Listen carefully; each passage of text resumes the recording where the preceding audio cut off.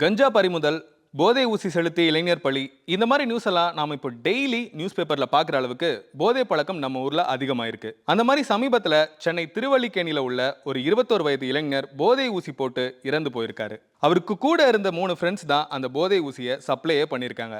அதனால அந்த 3 பேரையும் போலீஸ் இப்போ அரெஸ்ட் பண்ணியிருக்காங்க. காவல்துறை சைட்ல இருந்து இந்த மாதிரி போதைப் பொருட்களை முடக்குவதற்கு எவ்வளவோ முயற்சிகள் எடுத்துட்டு தான் வராங்க.